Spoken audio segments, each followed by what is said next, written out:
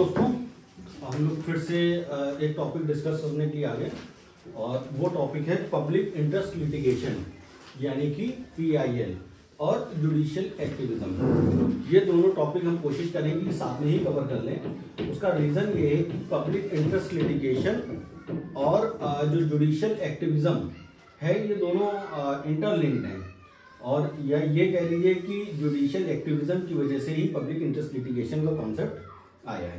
दोनों चीजें समझने की कोशिश करेंगे या ये कह लीजिए कि पब्लिक इंटरेस्ट लिटिगेशन की वजह से जुडिशियल एक्टिविज्म बढ़ा है।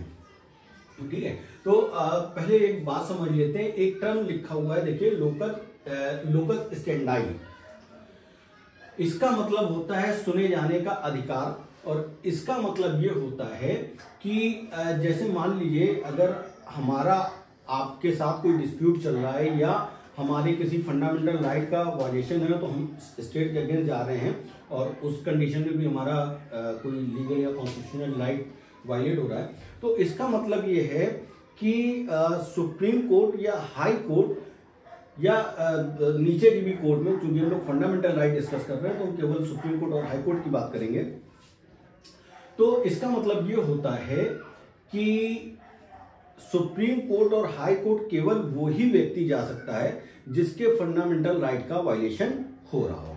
मतलब अगर हमको मान लीजिए उठा के बंद कर दिया गया या मेरे किसी स्पीच एंड एक्सप्रेशन के राइट का वायलेशन हुआ, जैसे हम लोगों ने आर्टिकल 19 और 21 में पढ़ा है, तो केवल हम ही उसमें जा सकते हैं। किसी तीसरे को मेरे बिहाफ पे सुप्रीम कोर्ट और हाई कोर्ट जाने का अधिकार नहीं है। तो लोकस स्टैंडाई का मतलब ये है कि जिस व्यक्ति के अधिकार का वायलेशन हुआ है केवल वो व्यक्ति ही सुप्रीम कोर्ट और हाई कोर्ट जाएगा। ठीक है, अब ये बात अगर आपको समझ में आ गई तो आपको ये भी समझ में आ रहा है कि अगर मेरे फंडामेंटल राइट का वायलेशन हुआ तो हम ही सुप्रीम कोर्ट जा पाएंगे और कोई दूसरा मेरे बिहाफ पे नहीं जा पाएगा, एक्सेप्ट वो जो आपने हेबियस कॉर्पस का रिट पढ़ा है, वीडियो पढ़ा हुआ उसका, तो उसमें तो कोई भी जा सकता है क्योंकि जिसको गिरफ्तार किया गया वो तो जेल में ही पड़ा होगा या थाने में पड़ा होगा, तो उसके बिहाफ पे कोई दूसरा जा सकता है। लेकिन बाकी मामलों में जैसे हमारा राइट टू रिलीजन है या राइट टू 21 के अंतर्गत लाइफ ऑफ पर्सनल लिबर्टी, उन मामलों में कोई दूसरा नहीं जा सकता। तो ये सिंपल था कॉन्सेप्ट। अब इससे होता क्या है? इससे होता ये है कि जो अमीर आदमी है और उसके फंडामेंटल राइट का वायलेशन होता है वो तो आसानी से सुप्रीम कोर्ट के किसी जज को पकड़ेगा, हाई कोर्ट के किसी सुप्रीम कोर्ट के किसी वकील साहब को पकड़ेगा, मोटी सी फीस देगा, हाई कोर्ट के किसी वकील साहब को पकड़ेगा, मोटी सी फीस देगा और अपनी रिट सुप्रीम कोर्ट में दाखिल करा लेगा और वहां से उसको न्याय मिल जाएगा। मतलब ये कि अमीर आदमियों के लिए तो आसान है कि फंडामेंटल राइट के वायलेशन के लिए वो सुप्रीम कोर्ट और हाई कोर्ट चले जाएं, क्योंकि आम आदमी के बस की बात नहीं है। फिर दूसरा पहलू क्या होता है इसमें? अब इससे होता ये कि हमारा जिस तरह का सोसाइटी और जिस तरह का समाज है, जिस तरह की देश की परिस्थितियां, उसमें ज्यादातर लोग तो गरीब रहते हैं और फंडामेंटल राइट भी वायलेट उन्हीं के होते हैं। अब उनके लिए क्या, तो उनको तो कहीं ना कहीं न्याय से वंचित होना पड़ रहा है, कहीं ना कहीं जस्टिस उनके लिए डिनाइड हो रहा है, उनकी जस्टिस तक पहुंच नहीं हो पा रही है। यहां पे बात समझ में आ रही है। और जब हम प्रेम्बल देखते हैं तो प्रेम्बल में सामाजिक, आर्थिक और राजनीतिक न्याय की बात की जाती है, तो सोशल जस्टिस, इकोनॉमिकल जस्टिस और आपका जो फाइनेंस कह लीजिए या इकोनॉमिक कह लीजिए, इकोनॉमिक जस्टिस। ठीक है, तो यहां पे जो आपका सोशल जस्टिस वाली बात है वो कहीं ना कहीं इक्वल जस्टिस अमीर और गरीब के लिए, दोनों के लिए बराबर नहीं है। ठीक है, अब क्या है, तो चूंकि हमारा जो सुप्रीम कोर्ट रहा उसने इस तरफ ध्यान देना शुरू किया और एक शुरुआत में 1976 में केस आया जहां से हम लोग ये समझते हैं कि लोकस स्टैंडाई को कैसे कैसे डाइल्यूट किया जा रहा है। डाइल्यूट का मतलब होता है उसके असर को कम कर देना, या जो एक स्ट्रिक्ट कॉन्सेप्ट था कि नहीं, केवल जिसके अधिकार का वायलेशन हो रहा है केवल वो ही जाएगा, उसकी जगह कोई दूसरा नहीं जाएगा। यहां से थोड़ा सा ये जो मुंबई कामगार सभा है और अब्दुल भाई 1976 का, इस केस से गया। तो इसमें बेसिकली डिस्प्यूट क्या था, ये बॉम्बे का केस रहा होगा और ये एक एक्ट है आपका, थर्ड सेमेस्टर में आप पढ़ोगे, इंडस्ट्रियल डिस्प्यूट एक्ट है। तो थर्ड सेमेस्टर में जो आपका लेबर लॉ से रिलेटेड पेपर है, उसमें ये बहुत सारे इंडस्ट्रियल डिस्प्यूट एक्ट और बोनस एक्ट, ये सारे एक्ट होंगे। तो यहाँ पे क्या था कि एक लोकेलिटी, एक जैसे इंडस्ट्रियल एरिया टाइप का था, तो वहाँ पर ट्रेडिशन के हिसाब से और जो भी व्यापारी या बिजनेस लोग होते थे, उनके यहाँ जो कामगार लोग हुआ करते थे, उनको कभी साल में कुछ पैसा प्रॉफिट के रूप में या कह लें उसको बोनस के रूप में दे देते थे, और वो उसके इस्तेमाल भी कर रहे थे। तो क्या हुआ, बाद में यहाँ के जो मालिकान लोग रहे होंगे, ऑनर लोग रहे होंगे, उन्हीं ने उसको बोनस जो था उसको देने से मना कर दिया और नहीं दिया। इंडस्ट्रियल डिस्प्यूट एक्ट के अंतर्गत एक प्रोविजन है आर्बिट्रेशन अपॉइंट करने का, तो आर्बिट्रेशन अपॉइंट किया गया, उससे मामला नहीं बना, फिर उसके लिए एक ट्रिब्यूनल भी मामला बना, वहां भी मामला नहीं हुआ। तो उसके बाद में अब चूंकि सब मजदूर गरीब लोग थे, कौन जाने वाला था, इन लोगों ने अपनी एक यूनियन वगैरह बनाई होगी और यूनियन बना के सुप्रीम कोर्ट किसी तरह से पहुंचे। सुप्रीम कोर्ट में जो सबसे पहला प्रश्न हुआ वो ये कि ये जो यूनियन बनी हुई है, ये जो वो संघ बना हुआ है, जो इन लोगों की एक कमेटी बनी हुई है जो सुप्रीम कोर्ट आई है, उसका यहां मुकदमे में क्या इंटरेस्ट है, उसके कौन से अधिकार का वायलेशन हुआ है। और यहीं से जो आपको लोकस स्टैंडाई का कॉन्सेप्ट था उसको डाइल्यूट करने का शुरुआत हुई। और इस मामले में कोर्ट ने कहा कि नहीं भाई, हमारे यहाँ के जो उस जस्टिस कृष्णा अय्यर थे, जस्टिस कृष्णा अय्यर और जस्टिस भगवती, इन्हीं ने सोशल वेलफेयर में सुप्रीम कोर्ट में बहुत काम किया। और कह लीजिए कि कहीं ना कहीं हमको लगता है सुप्रीम कोर्ट ने सरकार के खिलाफ जितने भी मुकदमे किए होंगे उनमें इन लोगों का काम ज्यादा रहा होगा, या ये कह लीजिए कि डायरेक्टिव प्रिंसिपल्स को लागू कराने में जितना योगदान इनका रहा है शायद किसी और का रहा हो। तो अब क्या हुआ, उन्हीं ने जस्टिस महोदय ने कहा कि भाई ऐसा है, ये जो लोकस स्टैंडाई का जो कॉन्सेप्ट है कि केवल वही आदमी कोर्ट में जाएगा, हमारे यहाँ की जो सोशल इकोनॉमिकल स्थितियां हैं उस हिसाब से ये ठीक नहीं हो और इसका लिबरल इंटरप्रिटेशन किया जाना चाहिए। इस कॉन्सेप्ट के अंतर्गत इसको थोड़ा सा वाइड स्कोप दिया जाना चाहिए और इसके अंतर्गत कोई व्यक्ति दूसरों के बिहाफ पर भी आ सकता है। अगर कोई पब्लिक कॉज है जिसमें बहुत सारे लोग अफेक्टेड हो रहे हैं तो उनकी जगह पे कोई तीसरा व्यक्ति भी कोर्ट में आ सकता है और यहां से कहीं ना कहीं मामला जो आपका केवल वही व्यक्ति कोर्ट जाएगा जिसके राइट का वायलेशन हुआ वो थोड़ा सा हल्का पड़ा। और यहां से फिर एक कॉन्सेप्ट आया रिप्रेजेंटेटिव एक्शन वाला और इसको कहीं ना कहीं रिकॉग्नाइज कर लिया गया, ठीक है। और ये कहा गया कि अगर कोई ऐसा काम जो पब्लिक वेलफेयर में है या फॉर पब्लिक गुड है तो उसके लिए कोई दूसरा व्यक्ति आ सकता है जहां पे कोई पब्लिक इंटरेस्ट इन्वॉल्व हो रहा हो। फिर एक इसके बाद में अगला कदम आता है, यहां से ये जो ABSK संघ लिखा हुआ है, अखिल भारतीय शोषित कर्मचारी संघ, railway versus union of India नाम से दिख रहा है कि ये भी एक यूनियन रही होगी। और ये रेलवे से रिलेटेड मामला था, इसमें जो 3rd और 4th क्लास के एम्प्लॉय थे उनको SC/ST का रिजर्वेशन दिए जाने से मामला था। बात वही आई कि बहुत सारे कर्मचारी होंगे, उनका वर्ग होगा, उनके बिहाफ पे ये जो इंस्टीट्यूशन है वो गया होगा, सो वहां पे फिर यही प्रश्न होगा क्या। तो कोर्ट ने यहां पे कहा कि justice through class legislation. Class legislation का मतलब होता है यहाँ पे लिटिगेशन। लिटिगेशन का मतलब ये होता है कि ये जो मुकदमेबाजी है कि अगर क्लास लिटिगेशन है, बहुत सारे लोगों के लिए मुकदमा है, तो इस तरह के मामलों में न्याय क्लास लिटिगेशन के तहत दिया जा सकता है।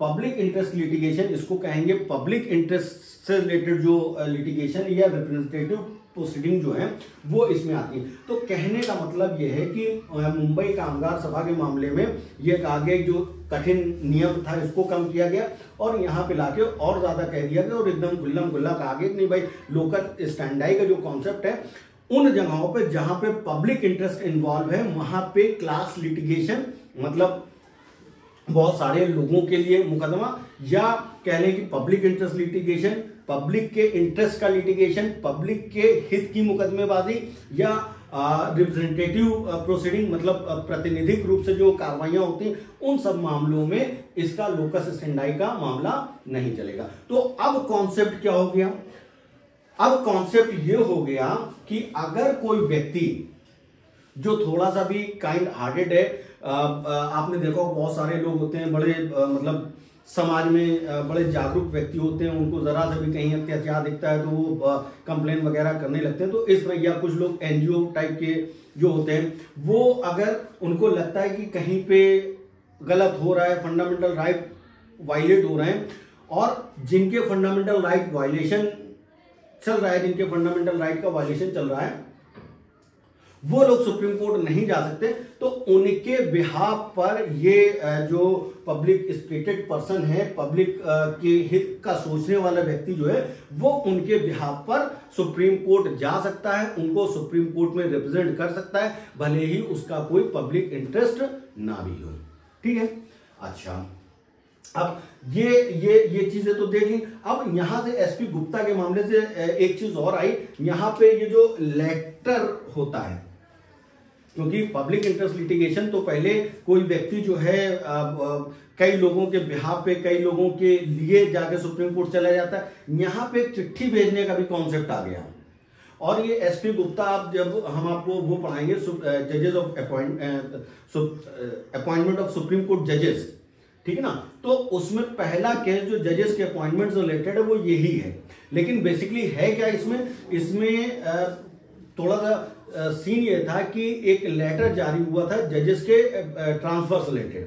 ठीक है, तो यहाँ पे जो वकील साहब लोग रहे, क्योंकि पब्लिक के इंटरेस्ट रिलेटेड मामला था, कहीं ना कहीं जुडिशरी की इंडिपेंडेंसी से रिलेटेड मामला था, तो जो भी ये वकील साहब रहे होंगे, इन्हीं ने चिट्ठी डाली कि भाई सुप्रीम कोर्ट में कि इस तरह से थोड़ा सा गड़बड़ चल रहा है, उसको देखा जाए। तो इनकी चिट्ठी जो थी, जो लेटर था, उसको PIL माना गया, और यहां से एक नया दरवाजा खुल गया। वो क्या खुल गया कि अब पब्लिक इंटरेस्ट लिटिगेशन का स्कोप इतना बढ़ गया कि आप प्रॉपर अदालत ना जाओ, अगर अदालत को आप केवल एक चिट्ठी भी भेज दो, और अगर उसमें कोई ऐसा फंडामेंटल राइट के वायलेशन का सीन दिख रहा है, तो सुप्रीम कोर्ट उस चिट्ठी को ही PIL मान लेता था। बहुत सारे केस ऐसे हुए जिसमें केवल चिट्ठी भेज के फंडामेंटल राइट को प्रोटेक्ट किया गया। जैसे एक सुनील बत्रा का केस था बस दिल्ली एडमिनिस्ट्रेशन, उसमें भी वो शायद चार्ल्स सोबराज वाला जो मामला था, वो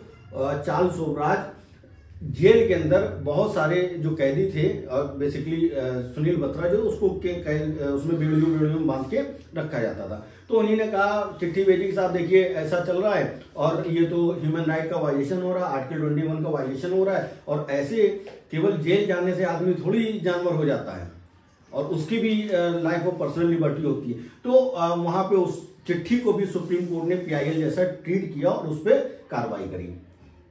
तो देखिए, समझने की कोशिश करिएगा, इतनी बात हमको लगता है आपको समझ में आ रही है।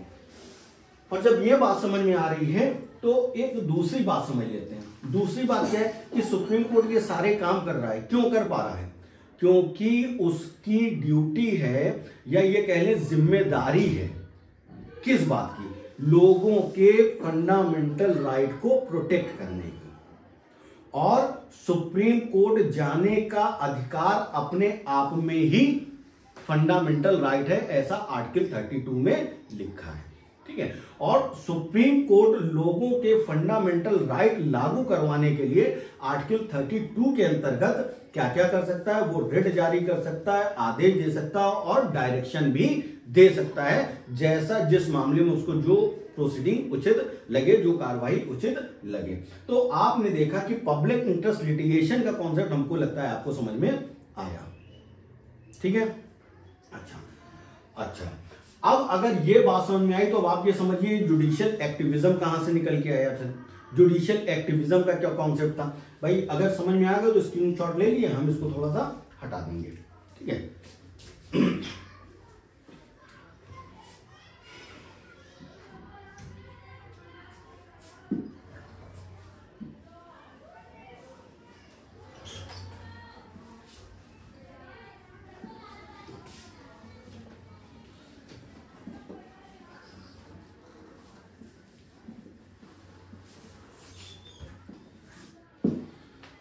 देखिए, आप आपको पब्लिक इंटरेस्ट लिटिगेशन समझ में आ गया। हमने आपको शुरुआत में इसीलिए बताया कि पब्लिक इंटरेस्ट लिटिगेशन की वजह से कहीं ना कहीं अब आपने चिट्ठी भेज दी सुप्रीम कोर्ट के पास, सुप्रीम कोर्ट के पास पावर है कि 32 के अंतर्गत वो रिट जारी कर सकता है, केवल उसके पास। यहां तक कि सुप्रीम कोर्ट ने कई ऐसे मामले हुए जो उसके नॉलेज में अखबार पढ़ के आए, मतलब उन्हें देखा कि ऐसी न्यूज चल रही है, उन्होंने उसका संज्ञान ले लिया। सुप्रीम कोर्ट के पास असीम पावर है इस मामले में, और उन्होंने केवल पेपर पढ़ के संज्ञान ले लिया, उस पर डायरेक्शन एक्शन जारी किए। ठीक है, अब क्या है जुडिशियल एक्टिविज्म का क्या मतलब है? देखिए, हमने आपको बताया कि बेसिकली जो सरकार कह लीजिए, स्टेट कह लीजिए, उसके 3 फंक्शन होते हैं। एक होता है लेजिस्लेचर, दूसरा होता है एग्जीक्यूटिव, और तीसरा होता है जुडिशरी। इसको कहते हैं विधायिका, इसको कहते हैं कार्यपालिका, और इसको कहते हैं न्यायपालिका। ठीक है, काम क्या है इनका? काम कहीं ना कहीं कानून बनाने का है। जो हमारे यहाँ का सिस्टम है, हम लोगों के यहाँ सिस्टम पार्लियामेंट्री सिस्टम है, तो उस सिस्टम में होता है कि लेजिस्लेचर कैसे मिलके बनता है, या पार्लियामेंट कैसे मिलके बनती है। 2 हाउसेज है, लोकसभा और राज्यसभा प्लस प्रेसिडेंट, ये तीनों मिलके लेजिस्लेचर बनाते हैं। और जो भी काम होते हैं देश के अंदर, कहीं ना कहीं इनके समर्थन या इनकी जानकारी या इनके कंफर्मेशन के साथ होते हैं। यहां तक बात समझ में आई? फिर क्या है, ये जो भी कानून बनाते हैं उसको लागू कराने की जिम्मेदारी इनकी हो गई, ये सरकार बेसिकली हो गई। ठीक है, इनका काम कानून बनाना, इन्हें बना दिया कि भाई राइट टू फूड है, सबको डिस्ट्रीब्यूशन करना है, सबको 5 किलो आटा देना है, इन्हीं ने कानून बना दिया। लागू कराने काम इनका है, ये सारे डिपार्टमेंट वगैरह को आदेश वगैरह देखो, ये काम कराएंगे। इन्हीं ने कहा भाई राइट टू एजुकेशन, सारे बच्चों को, जो गरीब बच्चे हैं उनको फ्री में पढ़ाना है, इन्हीं ने कानून बना दिया। इस सिस्टम को लागू कैसे कराना है, ये इनकी जिम्मेदारी है। कहाँ स्कूल खोले जाने, कहाँ टीचर लगाने, कितने लगाने, कितनी तनख्वाह देने, ये इनका काम है। यहां तक बात समझ आ गई? इनका काम क्या है? इनका काम है कि भाई ये देखना कि ये जो कानून बनाए गए हैं या जो आदेश जारी किए गए, क्या ये संविधान के हिसाब से हैं, ये काम। दूसरा काम क्या है, जो किसी कानून का इंटरप्रिटेशन या संविधान का इंटरप्रिटेशन है, कॉन्स्टिट्यूशन का इंटरप्रिटेशन है, उसकी व्याख्या करना, उसका संविधान का अर्थ निकालना, व्याख्या करना, इंटरप्रिटेशन करना। ठीक है, तीसरा काम क्या है? तीसरा काम है इनका फंडामेंटल राइट का प्रोटेक्शन करना। बाकी इनका कोई काम तो है नहीं, इसमें तो कोई काम है। अब हुआ क्या? हुआ ये कि इन्हीं ने बहुत सारे मामले ऐसे हो गए जिनमें कहीं ना कहीं सरकार या ये कहने जो काम सरकार को करने चाहिए थे, उन्हीं ने वो काम नहीं किए। फिर क्या हुआ? फिर हुआ ये कि न्यायपालिका को अपने जो क्षेत्र से निकलकर, अपना जो उनका जुडिक्शन था वो उससे निकलकर, और कहीं ना कहीं जो काम इनको करने चाहिए थे उस पर डायरेक्शन देने लगी। जैसे मान लीजिए सरकार के पास बहुत सारे काम थे, उनको देखना चाहिए था कि जो मजदूर हैं उनको क्या मिनिमम वेजेस मिल रहे हैं, न्यूनतम मजदूरी मिल रही नहीं मिल रही है।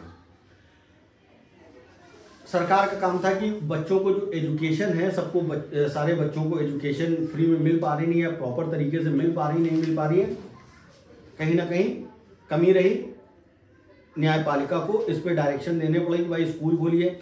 अस्पताल, अगर मान लीजिए जैसे अस्पताल है, सरकार की जिम्मेदारी थी अस्पताल बनवाने चाहिए थे, किसी व्यक्ति की मृत्यु इसलिए हो जाती कि उसके उस क्षेत्र में सरकारी अस्पताल नहीं थे, तो सुप्रीम कोर्ट ने कहा कि भाई अस्पताल में ये सरकार की जिम्मेदारी थी, या तो अस्पताल बनाइए, और जब तक ऐसा नहीं होता तो इनको कंपनसेशन वगैरह दीजिए। यहां तक कि कहा कि अगर किसी व्यक्ति को सरकारी अस्पताल में बेड ना मिले, उसकी वजह से उसको प्राइवेट में जाना पड़े, तो सरकार की जिम्मेदारी है कि वो उसको जो खर्चा हुआ वो दिलाए।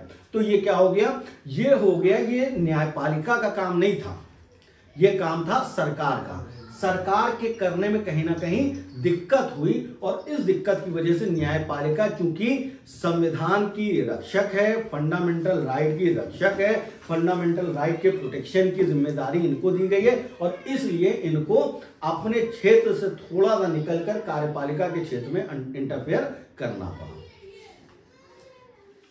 यहां तक बात समझ में आ रही है?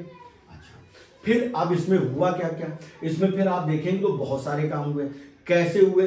कुछ तो डायरेक्ट जो रिट याचिकाएं थी वैसे भी चली गई, कुछ लोगों ने, हमने आपको बताया कि सुप्रीम कोर्ट में चिट्ठी भी डाल दी गई। तो जुडिशियल एक्टिविज्म, जो जुडिशियल एक्टिविज्म है इसको कहते हैं न्यायिक सक्रियता। न्यायिक सक्रियता का मतलब कि न्यायालय सक्रिय हो गया, एक्टिव हो गया, और एक्टिव से एक्टिविज्म हो गया, तो जुडिशियल एक्टिविज्म। अब क्या है कि ये काम जो इनके थे नहीं कर पाए, इन्हीं ने आके गाइडलाइन जारी करी। कहां कहां जारी करनी पड़ी? इसमें बहुत सारे मामले हुए। जैसे एक था people's union for democratic right versus union of India, ठीक है, जुडिशियल एक्टिविज्म कह लीजिए या पीआईएल कह लीजिए, जो भी केस होंगे आप यहीं पे लिख देंगे। इसको एशियाड केस भी कहा जाता है, शायद 1981 का केस था, एशियाड केस के नाम से जाना जाता है। क्या हुआ इसमें? इसमें भी एक पीआईएल पड़ी थी, मतलब पीआईएल समझ रहे ना, अब तो आप समझ ही गए।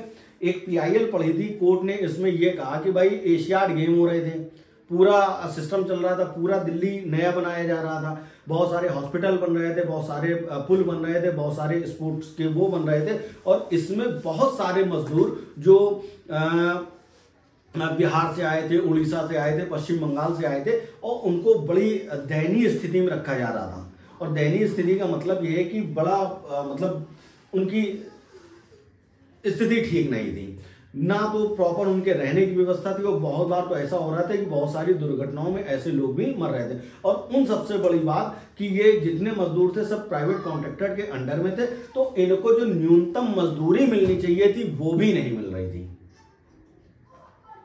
तो सुप्रीम कोर्ट ने इस पीआईएल के माध्यम से इसमें इंटरफियर किया, और इसमें ये जो न्यूनतम मजदूरी दिलाए जाने के लिए जो भी करना था डायरेक्शन भी दियो, वो सारी चीजें भी करी। इसी तरह से एक और केस है, आप ये रख सकते हैं एशियाड केस के नाम से, एक नीरजा चौधरी के नाम से केस था, Neerja Chaudhary, union of India. इसमें क्या हुआ?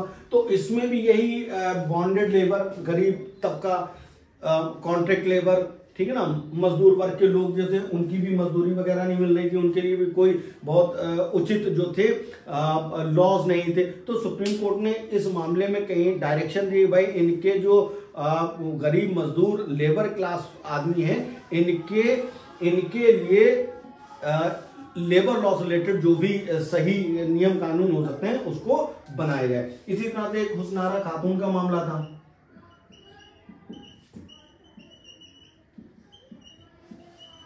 इसमें क्या हुआ? इसमें भी कुछ ऐसे ही मामला था कि बिहार की जेलों में बहुत सारे कैदी ऐसे पड़े थे, मतलब जिनको सजा तो 3 साल की मिली थी, लेकिन वो 30 क्या 12 साल 15 साल सजा पूरी हो जाने के बाद भी पड़े थे, और कोई उनको देखने वाला भी नहीं था। ये काम किसका था देखने का? सरकार का काम था कि सरकार को करना चाहिए।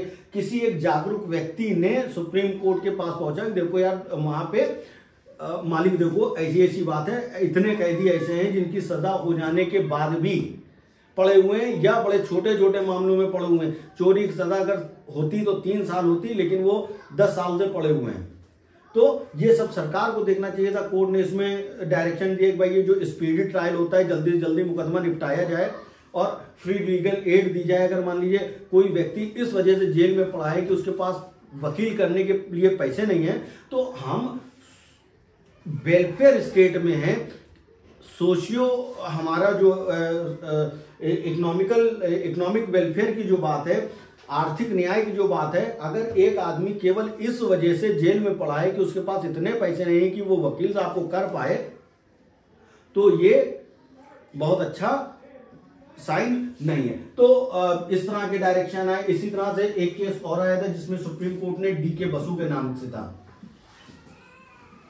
देखिए केस याद कर लीजिएगा, लिख लीजिएगा, D K Basu versus state of पश्चिम बंगाल।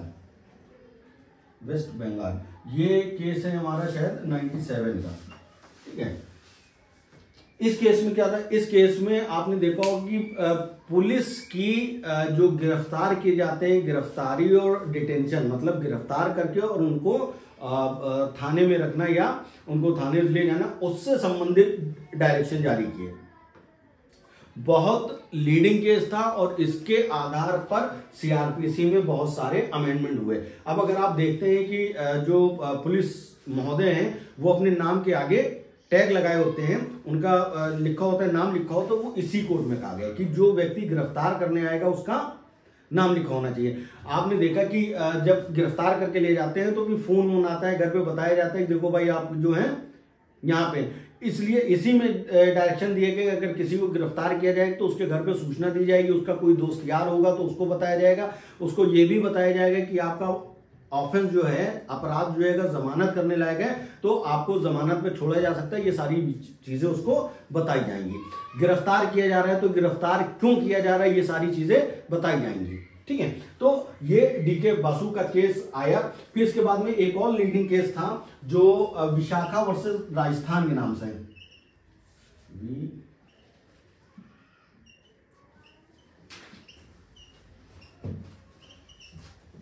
इस केस में क्या हुआ, इस केस में हुआ ये कि जो कामकाजी महिलाएं होती थी और जो वर्किंग क्लास है, चाहे वो सरकारी ऑफिस में हो या प्राइवेट इंस्टीट्यूशन में हो, उनको उनके खिलाफ थोड़ा सा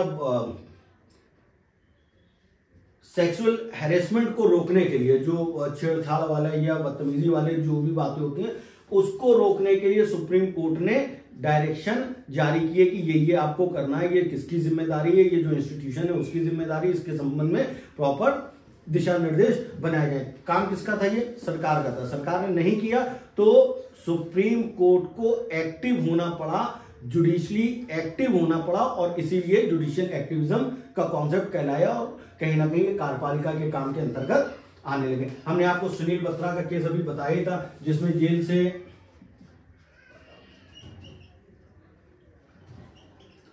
चिट्ठी भेजी गई कि भाई देखो जेल में एकदम जानवरों जैसा बना के रखा गया है ना, तो उससे रिलेटेड बात हो गई। फिर और भी केस हो गए। आपने एक देखा होगा कि जो ग्रेजुएशन कर चुके हैं, एक अब आपका एनवायरमेंट का पेपर होने लगा है। एनवायरमेंट का पेपर होने लगा, क्यों होने लगा है? एनवायरमेंट का पेपर कराने का पर्पस ये है कि लोगों को एनवायरमेंट प्रोटेक्शन के बारे में जानकारी मिले कि भाई देखो अगर आप ये पेड़ पौधे काट दोगे, पानी पॉल्यूट कर दोगे, बहुत ज्यादा मोटर चलाओगे, मोटरसाइकिल चलाओगे, पेट्रोल जलाओगे, तो क्या होगा, एनवायरनमेंट पॉल्यूटेड होता रहेगा और कहीं ना कहीं अपने लिए ही नुकसान होगा। तो एक एमसी मेहता साहब थे, उन्होंने बहुत सारी रिट की, एक 2004 में भी ये रिट की, और इस रिट में सुप्रीम कोर्ट ने एनवायरमेंटल प्रोटेक्शन रिलेटेड या एनवायरमेंटल नॉलेज के लिए मैंडेटरी किया कि सभी स्कूलों कॉलेजों में ये पेपर अनिवार्य रूप से पढ़ाया जाना चाहिए। ठीक है, सरकार का काम था कि वो बताती कि भाई एनवायरमेंट के लिए जागरूक करने का काम है, सबको पता होना चाहिए। ठीक है, तो हमको ये चैप्टर हमको लगता है बढ़िया समझ में आ गया होगा। अगर ना समझ में आया हो, कोई पॉइंट रह गया हो तो हमको कमेंट कर दीजिएगा, हम बता देंगे उसको। लेकिन हमें लगता है बेहतरीन समझ में आ गया होगा। तो पब्लिक इंटरेस्ट लिटिगेशन और जुडिशियल एक्टिविज्म कहीं ना कहीं दोनों एक दूसरे से जुड़े हुए हैं और आपको दोनों चीजें समझ में आ रही हैं। जो केस आप पब्लिक इंटरेस्ट लिटिगेशन में लिखेंगे और वही केस आप जुडिशियल एक्टिविज्म में भी लिख सकते हैं। कौन कौन से केस हैं देखिए, एक people's union for democratic right versus union of India, जिसको एशियाड केस कहते हैं, लिख दीजिए। 5-6 केस हैं, बेहतरीन आंसर हो जाएगा। नीरजा चौधरी एक नीरजा पिक्चर भी आई थी अगर याद हो, शायद कौन थी, सोनम कपूर, अनिल कपूर की बेटी, उनकी फिल्म थी, तो उनके नाम से पिक्चर के नाम से ये आपको नीरजा चौधरी केस याद आएगा। हुस्न आरा खातून बिहार का मामला है, बहुत सारे कैदी जेल में बंद थे। फिर डीके बसु, ये तो याद समझ में आ ही आएगा कि भाई अगर किसी को गिरफ्तार किया जा रहा है तो गिरफ्तार क्यों किया जा रहा है, इसके बारे में बताइए। जो गिरफ्तार करने आया है नाम पता लगाए, रैंक लगाए नहीं लगाए, ये सारी चीजें। विशाखा आपको नाम से समझ में आ रहा है कि किसी महिला संबंधित तो महिला की छेड़खानी कहां पर, जो वर्किंग प्लेस होते हैं वहां पर। सुनील बत्रा, इसको चाहे आप चार्ल्स शोभराज कह लीजिए चार्ल्स सूबराज से रिलेटेड मामला है। इस पे पिक्चर भी बढ़िया सी बनी है, हमने देखी है। ठीक है, एमसी मेहता आप समझ में आ रहे हैं क्या है। जो इन्वायरमेंट का पेपर आप लोगों ने पढ़ा है वो इन एमसी मेहता महोदय की वजह से पढ़ा है। ठीक है, चलिए, थैंक यू।